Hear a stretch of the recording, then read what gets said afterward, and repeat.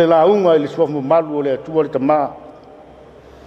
Le alo ma le angang sa. Amen. Fia wha mawhaina, le fuai upu mua mua, ma le fuai upu, e lima, e whai ma au o le neitai au. O i tā lofa ia te oe o le whātāwhuna atu, ai le whātāwhuna ina oe.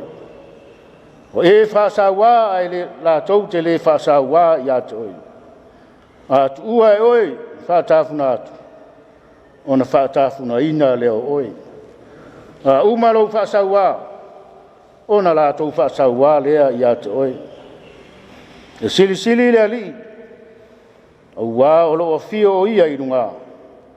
O whātumuina e ia o siona i le whāmasinonga, ma le ami o tonu. Pai mai le manatu au tu o le nei tae au. Tai nai tātou Samoa ma le tātou ko launga i le nei aso. O se whaavae mō tātou taimi. O se whaavae mō tātou taimi.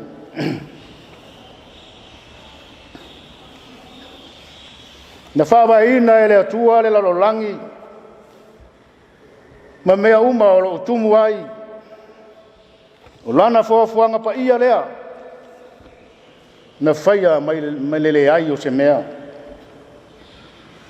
O le whaavae ua matua a to toa, ma ta pena ina, i lona mata i sau,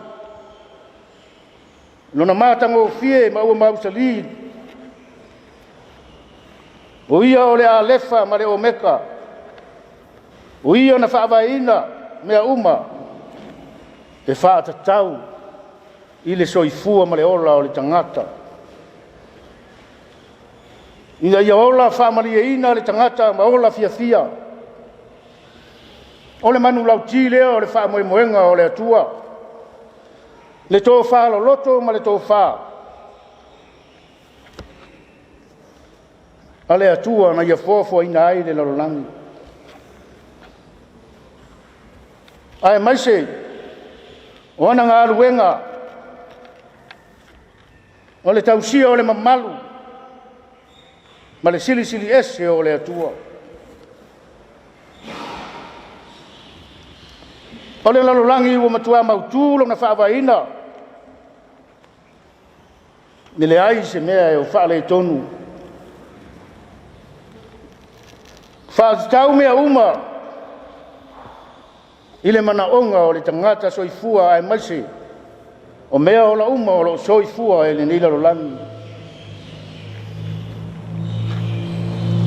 O le whaavai mo o tātou taimi. E mana o mia le whaavai mautū o so si whaala patupatonga. E mata tu lava i tonu a inga o whainga nu. Le ka le sia ai maise o le atu nu o Samoa. E aona le lei ma mautu le whaavai. Ina ia manuia ma tau nu manuia. Fuanga uma.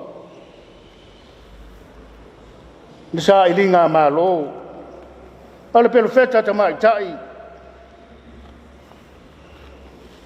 Le profeta va fine na tali ai o ia ma whapea.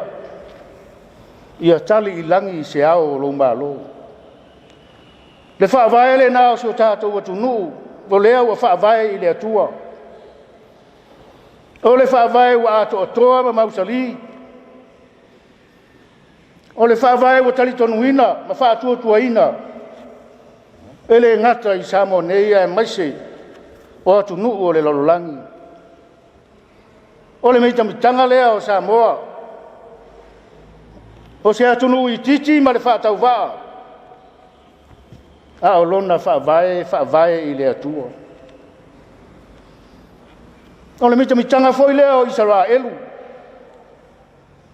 Aua o le atua. Na la filifilia i la tou. E whai i la tou mo na nuu. Ai mai se la tou lau mua o Jerusalema. ua matua mautu te tai le profeta o Isaia o ia o le profeta o le taimi o le tafeanga o le Atua